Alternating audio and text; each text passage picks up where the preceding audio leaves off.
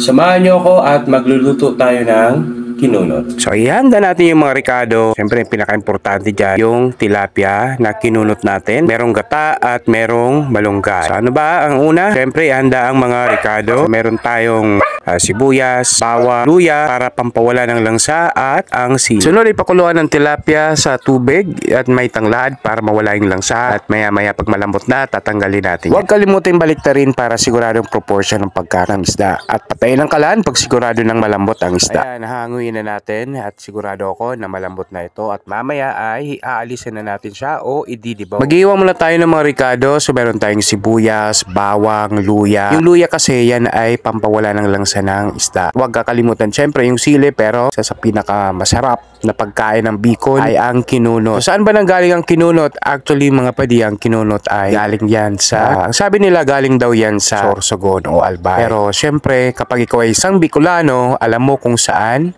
at kung paano yan lutuin. So yung mga hindi pa nakakaalam paano lutuin, subaybayan nyo lang ako at tuturuan ko kayo kung paano magluto ng kinunot sa tilapia. Pero ang kinunot talaga, kung ikaw ay isang Bicolano, yan ay kinunot na pating or pagi. Pero pinagbabawal na nga yan ngayon kasi nauubos na yung mga pating natin at saka pagi, no? Pero meron naman alternate na pwede ka magkinunot, pwede naman ang tilapia. Pagkatapos natin matanggalan ng tinik, segregate muna natin para siguradong walang nakahalong tinik. Set aside muna natin yung isda at tatanggalan na natin ng dahon yung malunggay or tatanggalin natin doon sa tangkay. Kakaingin nga kami ng dahon ng malunggay dito lang sa kapitbahay. Actually, lahat ng kapitbahay ko may tanim na malunggay kaya hindi na kami nagtanim ng malunggay. Ang susunod na ihanda natin, syempre yung gagamitin natin gata. Syempre, mas maraming gata, mas masarap, lalong-lalo na sa kinunot. Na ihanda na natin lahat ay mag-umpisa na tayo magluto. Unahin ng bawang, sibuyas at luya. Yan, unang nating igisa, pambabango sa gulay at pampawala ng langsa. Kapag naluto na yung ricado, ilusunod na natin dito yung isda at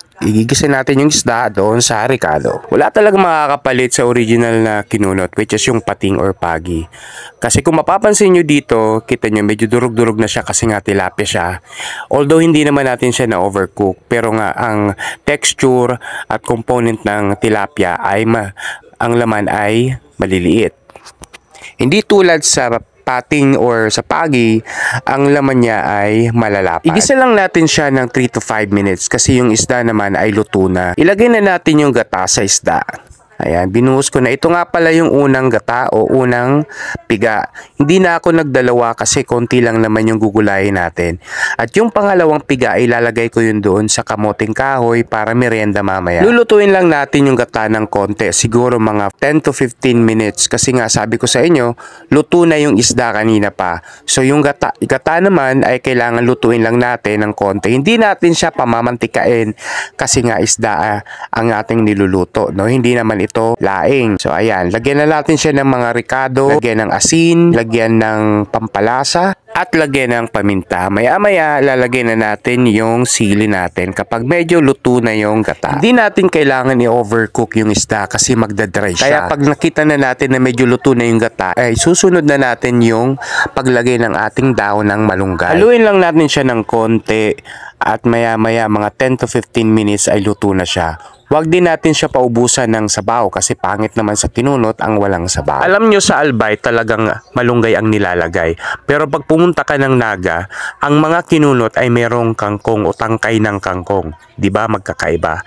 Pero iisa pa rin naman ang version ng pagluto niyang kinunot. Pero sa pagluluto, naniniwala talaga ako na meron tayo sari-sariling diskarte o sari-sariling paraan ng pagluluto. Pakuluin pa natin siya ng konti at malapit na tong maluto. Pwede nyo nang ilagay yung siling green or siling labuyo. Depende kung anong anghang ang gusto mo sa pagkain. Ito naman ay para hindi ma-overcook yung sili natin. Halu-haluin lang natin siya ng konti. Actually, ito luto na to eh. Ayaw naman natin siya na maubusan ng sabaw. At maya-maya ay hanguin na natin. Huwag nyo na lang kalimutang tikman para siguradong sakto lang yung alat sa inyo. So bago tayo kumuha ng lalagyan, huwag nyo kalimutan mag-follow sa aking page or sa aking YouTube channel. Para naman marami akong videong magawa para sa inyo. Diyos mabalos at salamat sa Indo. Madyata makaong kita. Mahanap lang ako ng laganan. Siguraduhin mo lang na may sinapna ka na ning maluto. Para pagkatapos makaon na kita. Uwi na mga padina, pun pa ang sabaw. Halika na at kakain tayo. Again, salamat sa inyong panonood. Hanggang sa susunod na video. Salamat.